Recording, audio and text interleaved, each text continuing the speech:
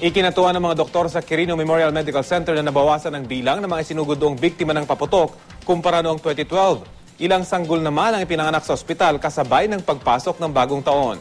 May ulat on the spot si Lia Manyala del Castillo. Lia?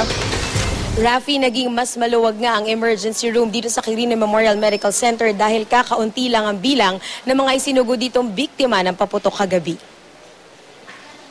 Mula alas 12 ng hating gabi, pagpasok na taong 2013, 20 lang yung mga naisugod dito na biktima ng paputok at pinakabata nga dyan, yung 2 taong gulang na nakalunok ng pikulo. Isa naman ang tinamaan ng ligaw na bala. Pero dahil minor injuries lang ang tinamo nila, ay agad din naman na dinischarge ang mga pasyente.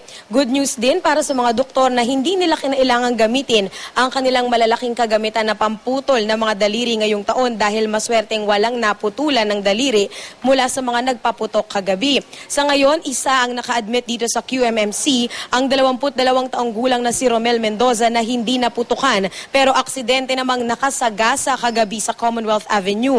Iniiwasan daw kasi ni Romel yung nagpapaputok sa kalsada pero dahil sa kapal ng usok, minalas-malas namang nasagasaan niya yung mismong nagpapaputok. Dahil dyan, kinuyog na siya ng taong bayan at sa ngayon ay masusing inoobserbahan ang naging tama niya sa ulo. At syempre, Rafi, kasabay ng New Year, hindi rin mawawala yung magandang balita naman ng mga bagong panganak na sanggol na kasabay nga ng pagpasok ng bagong taon. 2 sa mga nanay na nakausap natin kanina ay first time na naging mommy, kaya naman tuwang-tuwa sa dalang swerte raw ng kanilang New Year baby.